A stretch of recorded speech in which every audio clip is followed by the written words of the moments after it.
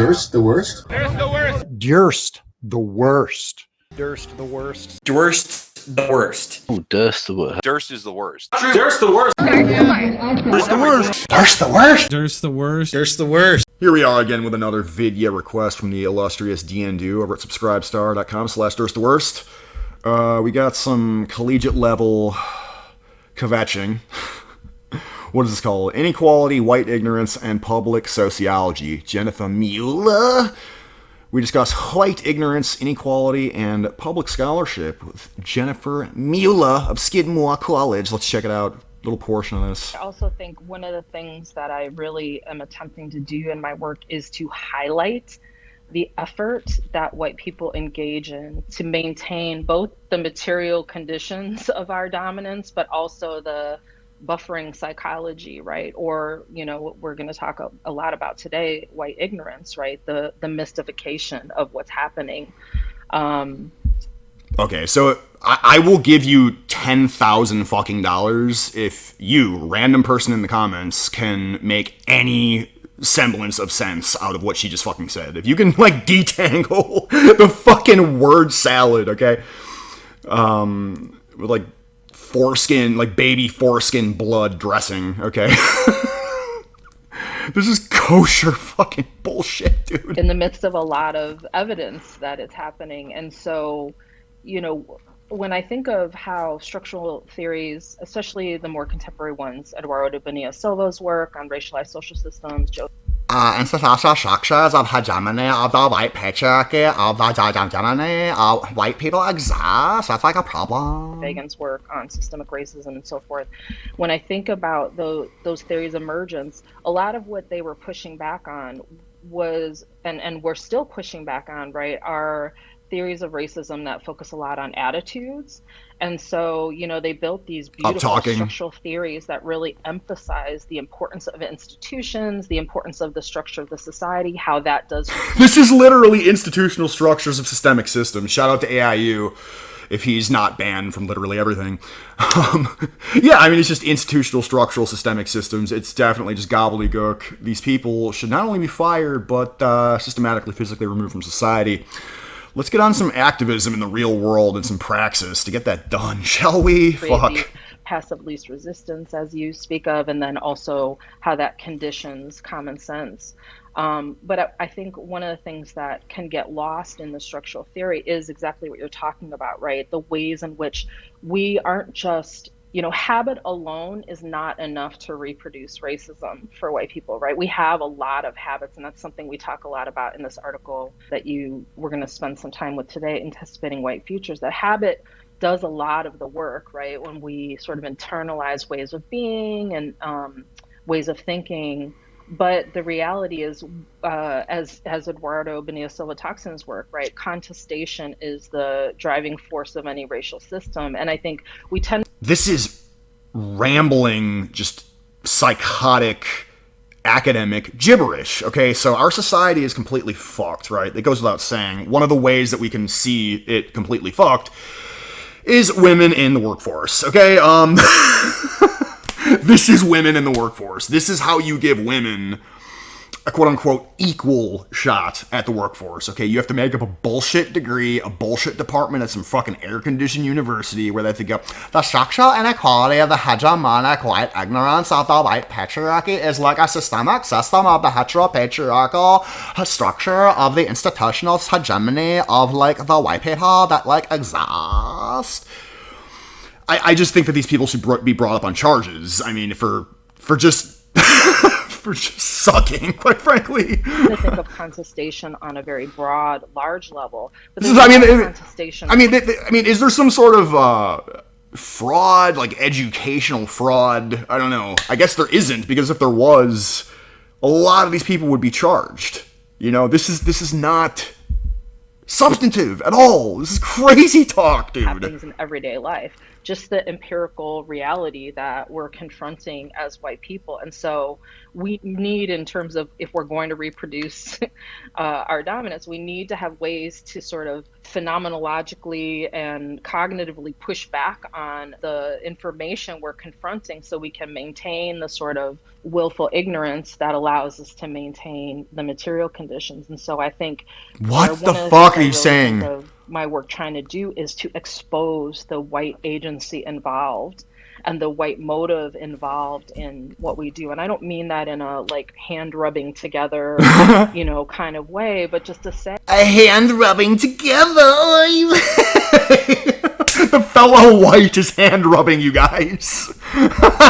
We are invested in our positions, right?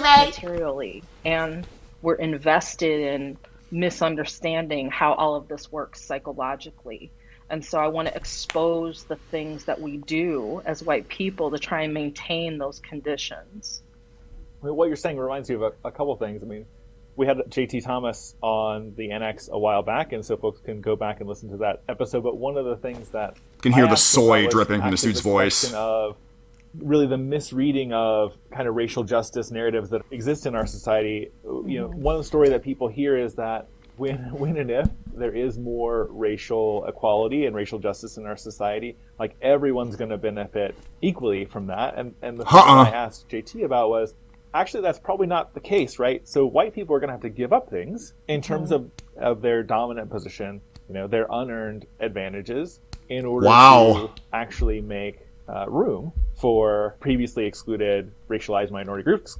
Right. So you get it, white goyim. You didn't actually build this country. Rioting, gangbanging, arsonist black people, who are wearing COVID masks and tearing your monuments down. They actually built the country, right? And you're just engaging in some sort of like white fragility if you don't like what they're doing, right? It's just gonna happen, and you have to like it, right? This guy, he's obviously like a soy fag, but he at least sounds somewhat coherent, at least like in terms of what they're talking about. I mean, it's coherent within itself, which I mean doesn't really say much because it's like intersectionality, collegiate level gobbledygook, ivory tower, just bourgeois nonsense. Precarious bourgeois shitlibs who really just want to virtue signal to other kind of swipple whites or fellow whites that they have the correct society type, the kind of soch kind of opinions, basically. Notice how genuine working class people don't represent this sort of stuff. It's only like people who come out of the cul-de-sacs, coming to the city centers to finger wag at working class white people. Black folks. They suck. And Latinx folks and lots of other folks who have suffered systemic discrimination and racism in the past. So what I like about what you just said, and it helps me think, they have not experienced systemic racism, and as far as like it being relevant to anything in this time, absolutely not. People just look at black culture and they find it to be wanting and they move away from it, right? So basically it just comes down to white people opposing their own demise is wrong. White people should just accept their own demise to be good people.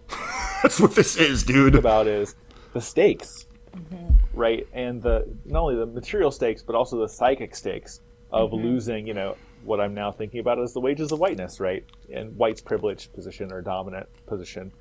The second thing, I'd love to hear a little bit more about your theory of racial ignorance. And before you talk about it, often people think about ignorance as if it's a lack, like it's a black box or it's an empty space. But some of the interesting work for me out of the sociology of science and your work, Charles Mill's work, other folks, is thinking about the actual productive work and the creation of ignorance, like these systematic, the way ignorance is actually not something that we just systematic structures of institutional systems we could discover if we had interest in doing so, but rather something that is actively created and sustained by a bunch of mechanisms of avoidance and minimization and so forth that has a lot of effects, psychic and material, at the individual and group levels that helps white people maintain their dominance and their supremacy in our society. Okay, so if you actually believed that your race was dominant over society, I mean, like, who the fuck trusts a white person that talks about dismantling his own privilege? Like, who the fuck trusts that person at all? I mean, certainly the BLM crowd doesn't trust you. They call you white allies, and they treat you like you're a subservient, sort of like doormat kind of personality. A white person shouldn't fucking trust you because you're straight up saying that you want to fucking like, take away their I mean, even if I accepted that premise was true, right? It's like white dominance premise. Why would I want to work to undo that? That doesn't make any fucking sense. Why would I do that? And why would anybody trust me if I was the kind of guy going around saying that?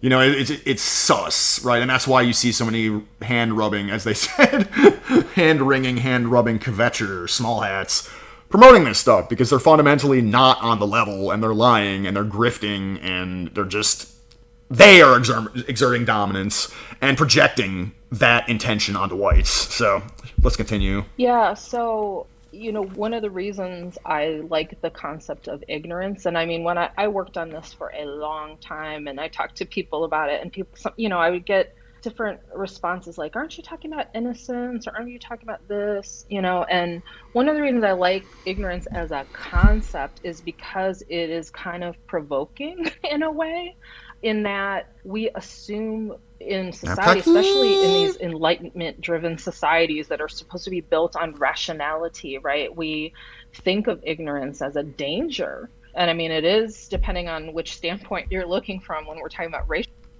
ignorance, right? We think ignorance is dangerous. You ever read of Mice and Men? Think of Lenny, right? Why did George put Lenny down? Spoiler alert. I mean, but by now you should have fucking read that book. He's too fucking dangerously stupid. But see, in the case, he's too dangerously fucking stupid to be allowed to be left alive, right? So think of your average progressive as Lenny from Of Mice and Men if Lenny were also evil and like to rape kids and kill kids and set fire to buildings and mutilate genitals and just like open the border to the third world and just demonize white working class people from middle America. Basically, think of Lenny as just like a stupid, evil, disgusting. Think of it as a source of weakness, right? I'm gonna get banned. To highlight ignorance really exposes the political dimensions of what's happening.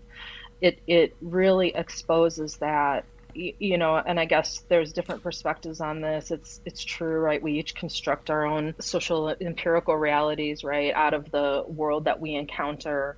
We construct our ideas about what that reality represents to us. But I think it's fair enough to say, in the context of any given society or given local context, right, that you can look at some truths and see that some truths are truer than others, that they are more robust explanations of empirical reality. And so for me, no, they're not really exposed. No, these people do not even respect empirical reality. These bitches talking about empirical reality, but if I showed her empirical reality that 13 do 50, okay, she's gonna try to get me canceled, or she's gonna fucking come up with some convoluted systemic structures of the institutional systems. I'm talking about is the way in which what's happening when you're talking about the ways that white people by and large learn to understand and interpret the world, and the ways that marginalized racial groups learn to understand and interpret the world. And of course, we're painting in a very... Dude, they're not marginalized. They're only marginalized insofar as their culture sucks, okay? And civilized people don't want to live around it. Boom! There's your honest conversation about race. I will give it to you every single fucking time, bitch. Shut the fuck up. Binaristic, broad brush way, but that the ways that we as white people learn to interpret the empirical facts before us are sometimes just really bad. They're not good explanations of reality. And again, that is part of what exposes... Nope. The Blake race has never created a fucking wheel, never created decent architecture. They created mud huts. They fucking didn't create decent agriculture. They need the help of East Asians or whites to maintain their agriculture, or it fucks up and they starve. No, you stupid bitch. The conception of my interpretation of empirical reality, or whatever the fuck you just said, whatever gobbledygook you just fucking said, no, it's having common fucking sense and just looking at how they act. That's it. That's all it is, okay? So-called inequality or inequity, whatever, dude. Some people perform better than others. right? Like, some people demonstrate more merit than others. That's all it fucking is. Effort involved. So, I use this very extreme example in the Producing Colorblindness paper, and people always react to it when I present it. But, one of the students who's researching her family's intergenerational transmission of wealth, she talks about this paper that I had to write about my family's wealth transmission was really hard. We didn't have any large ties to slavery or anything like that. And then literally, so what's your excuse? Lines later, she says, my family did dabble in slavery until, and she gives a date. And people always react to that line of, we dabbled in slavery, right? So here's a person who doesn't have access to these stock storylines that a lot of people want to defer to. And then she gives a very creative kind of reasoning, but it's a bad reasoning. She basically says, like, look, here's how we know that these slaves weren't a part of my family's wealth. And she gives this explanation about, slaves were allowed to leave my family following the Civil War. And if we had really counted on them for our wealth, then we wouldn't have allowed them to leave if they were such an indispensable part of our wealth. And so that exactly. Now, okay, so you can step away from that and go, okay. All right, so this is a lesson.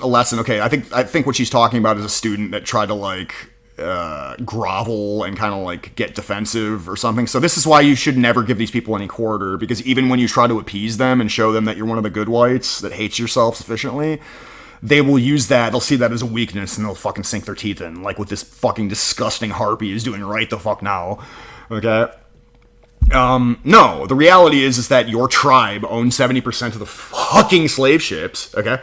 And less than 1% of those were owned by white people. You did it, and then you blamed it on us, and when we seize power, oh, you dead. Fucking dead. That's just bad reasoning on some level, right? But for her, it helps sort of insulate this comforting explanation. And so that's a dramatic example. But again, I think, why I like ignorance as a concept is because it really emphasizes that it isn't just our epistemologies are producing equally good interpretations of reality. And it's you're going to err on the side of the one that reflects your interests most, right? But white people have to develop interpretations of reality that are actually pretty wildly distorted sometimes in order to maintain the insulation. So again, it exposes that effort involved and that agency and investment involved. And of course, it goes to great depth. So I think there's not just, these extreme kinds of examples, but also lots of progressive white examples of the ways that we interpret reality that are also distorted and also allow us to sort of maintain a sense of ourselves as good people in the midst. I think that they hire these up-talking, vocal fry bourgeois fucking Jews just so that it's like a form of sort of psychological torture. You're sitting in a classroom and you're being inundated with this crap all day, and it's meant to wear you down.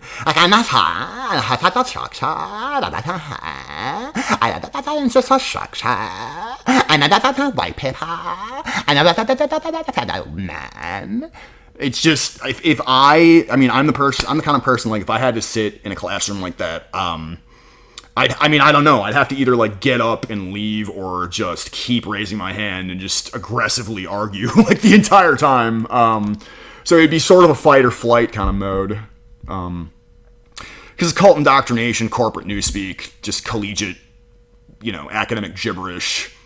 And anybody who buys into this crap is just categorically a bad person.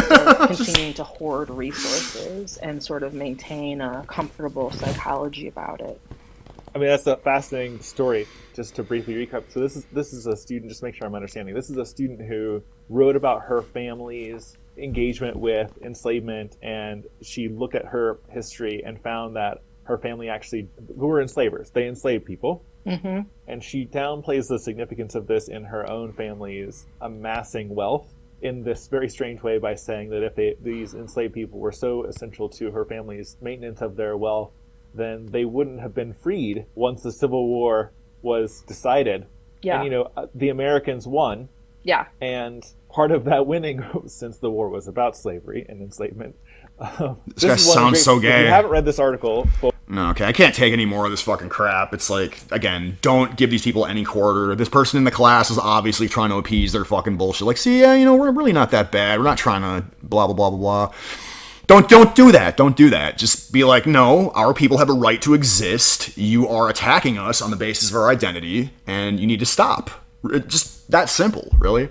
Now, let's take a look at this really disgusting broads. Oh my God. See, right? It's exactly what you'd expect this person to look like. Oh, happy Monday. Anticipating white futures. The ends-based orientation of white thinking. Sounds kind of hateful. Sounds kind of hateful on the basis of race. So, a specific group of people. Next. Attack with hate. Next. Okay. Boom. Boom. Boom. Boom. The fact that the right doesn't do this, I just get the impression the right doesn't do this kind of thing. There's a lot of black pills going around.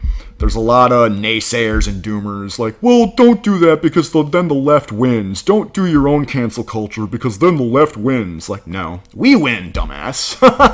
No. We deplatform these people. We prevent them from being able to fundraise. They prevent them from being able to, recruit, rabble-rouse angry, just, disenfranchised Blakes to drive their cars into white kids in Waukesha. Or other such disgusting things. Such an important article that properly situates white identity and habitus to the racialized field and dynamic racial context, especially important to thinking about the structural conditions that make meaningful ruptures in the white habitus possible. More gobbledygook and white racial hatred. Let's start that motherfucking report right now, motherfucker. Just a group of people. Let's do it. Attacked with hate.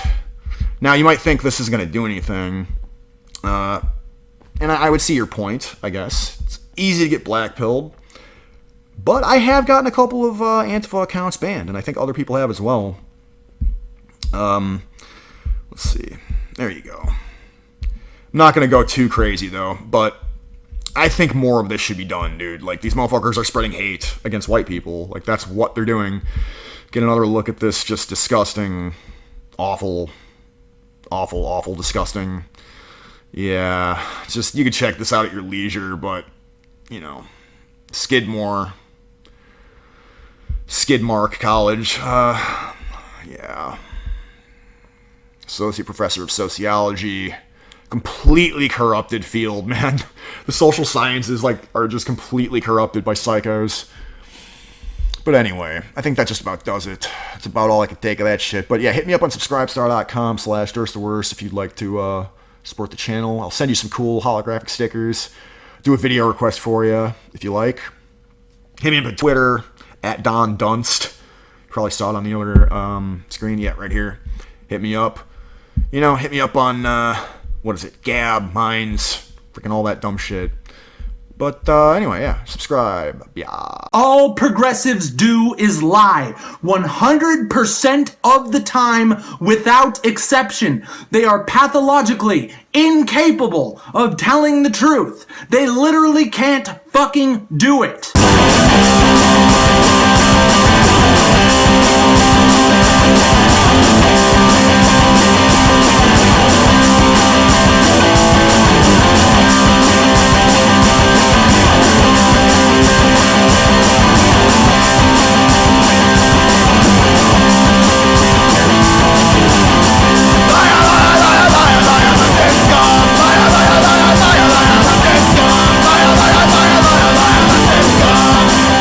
Well,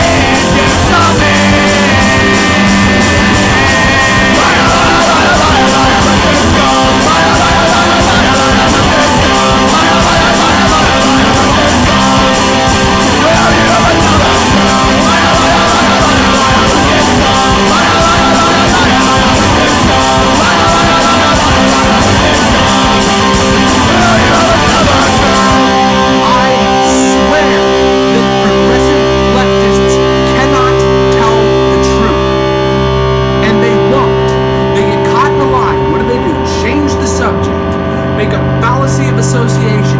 Fucking they shift the goalposts. They make a lie of omission, a direct lie of commission.